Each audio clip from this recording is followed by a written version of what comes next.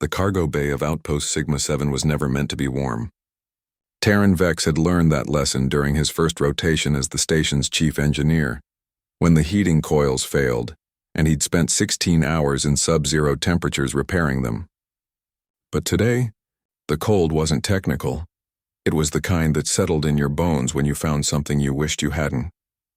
Two small bodies huddled in the corner behind a stack of abandoned supply crates, trembling so violently that Terran could hear the soft rattling of their tiny frames against the metal floor.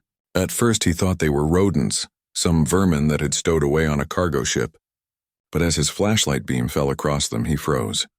They were Veilari pups, alien yes, but unmistakably young. Their translucent skin still showed the faint glow of bioluminescent patterns that would fade as they matured. Four eyes wide with terror stared up at him. Their crystalline fur, which should have shimmered like starlight, was matted and dull. The older one, he could tell by the slightly more defined ridge along its spine, positioned itself in front of its sibling, a pitiful attempt at protection. Its whole body shook, but it didn't retreat. "Easy," Terran whispered, crouching slowly. "I'm not going to hurt you." The pup's translator collar, half broken and flickering, emitted a garbled sound. Terran's own translator caught fragments, afraid, cold, alone. He'd seen Veilari before. The species was known across the galaxy for their elegance, their advanced biotechnology, their almost supernatural grace. These pups were supposed to be raised in climate-controlled nurseries, surrounded by family pods, fed specialized nutrients. Finding them here, abandoned in a freezing cargo bay light years from their homeworld, made Terran's stomach turn. "Someone left you here, didn't they?" he said softly, more to himself than to them. The older pup, the caller identified her as Kiri, made a sound like breaking glass, and the younger twin pressed against her, shaking harder. Terran had worked with 17 different species during his decade in space. He'd learned that the universal constant wasn't physics or mathematics, it was fear. And these pups were drowning in it. He shed his thermal jacket slowly, showing his movements, and draped it over both of them. Kiri flinched but didn't pull away. The jacket was massive on their small frames, but after a moment the shaking lessened just slightly.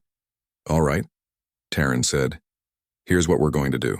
I'm going to pick you up, take you somewhere warm, and figure out why 2 babies were dumped on my station like garbage." He expected resistance. Instead, when he reached out, Kiri leaned into his hands and her sibling followed. They were lighter than they looked, all fragile bones and desperate trust. As he lifted them, pressing them against his chest for warmth, he felt their hearts hammering like trapped birds. The medical bay wasn't designed for Veilari physiology, but Terran made it work. He'd spent 3 hours rigging a heat lamp with the correct UV spectrum, mixing a nutrient paste from the station's synthesizer after consulting every xenobiological database he could access, and fabricating a soft nest from thermal blankets and gel padding. The pups hadn't stopped shaking. "Come on," he muttered, trying to coax them to eat. Kiri watched him with ancient suspicion in her young eyes, but her sibling was worse, barely responsive, just trembling in place like a leaf in a storm. Terran ran another scan. Hypothermia, malnutrition, stress-induced cellular degradation. They'd been alone for at least 3 standard days, maybe more. The medical AI helpfully informed him that Veilari pups separated from their family pods experienced severe psychological trauma, often fatal if not addressed within 72 hours. "Of course they do," Terran said bitterly. He looked at the 2 tiny creatures still shaking despite the warmth, despite the food, despite safety. They didn't understand safety. They only understood abandonment. He'd learned over the years that humanity's real superpower wasn't strength or intelligence or adaptability. It was stubbornness, the absolute refusal to accept that something couldn't be fixed.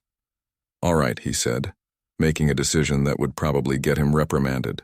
He climbed into the medical bay's recovery pod, pulling the pups with him. They resisted at first, but he was patient, humming tunelessly, an old Earth lullaby his mother used to sing. Kiri's translator collar flickered. "What sound?" "It's called singing," Terran said softly. "Humans do it for our young, for comfort." He felt ridiculous, a grown man curled around 2 alien pups like a surrogate parent. But slowly, so slowly, the shaking began to ease. The younger twin's breathing steadied. Kiri's bioluminescent patterns brightened just a little, casting soft blue light across Terran's hands. "Warm," her collar translated. Safe. Yeah, Taryn whispered. You're safe now. It took 6 days for the shaking to stop completely. 6 days of Taryn sleeping in shifts, of hand-feeding them, of learning to read their crystalline expressions. He filed reports, made calls, and discovered the bitter truth. The pup's family had been killed in a pirate raid. Someone had hidden them in cargo, intending to save them, but that person had died too. The container had been rerouted through 4 systems before ending up on Sigma-7. No one had come looking. In the vast bureaucracy of the Galactic Union, 2 orphaned pups were a footnote. A tragedy too small to matter. But Taryn Vex was human. And humans had a saying, not on my watch. The adoption paperwork took 3 weeks. The xenobiological certification took another 2. Station Command thought he was insane, a human engineer raising Velari pups. But they approved it anyway. Perhaps they recognized something in his eyes that they'd seen before in their own species. The stubborn conviction that every life mattered. Kiri stopped shaking first, then her sibling followed. Their fur began to shimmer again, their patterns glowing with renewed vitality. They learned to trust Taryn's footsteps, to curl up on his workbench while he repaired circuits, to make that glass-breaking sound that he'd come to recognize as laughter. Months later, when a Velari diplomatic vessel docked at Sigma-7, its crew stared in disbelief at the 2 healthy pups playing in the station's observation deck, supervised by a human who spoke broken Velari and wore a translator that constantly flickered with words like father and family. This is impossible, the lead diplomat said. Velari young cannot bond outside the family pod. The psychological damage was healed, Taryn interrupted quietly, watching Kiri teach her sibling to jump between handholds. Turns out all they needed was someone too stubborn to give up on them. The diplomat watched the pups for a long moment, their bioluminescent patterns bright and joyful. Finally, they placed a hand over their heart in the Velari gesture of profound respect. Perhaps, they said softly, we have much to learn from humanity. Taryn smiled. Maybe. But they taught me something too.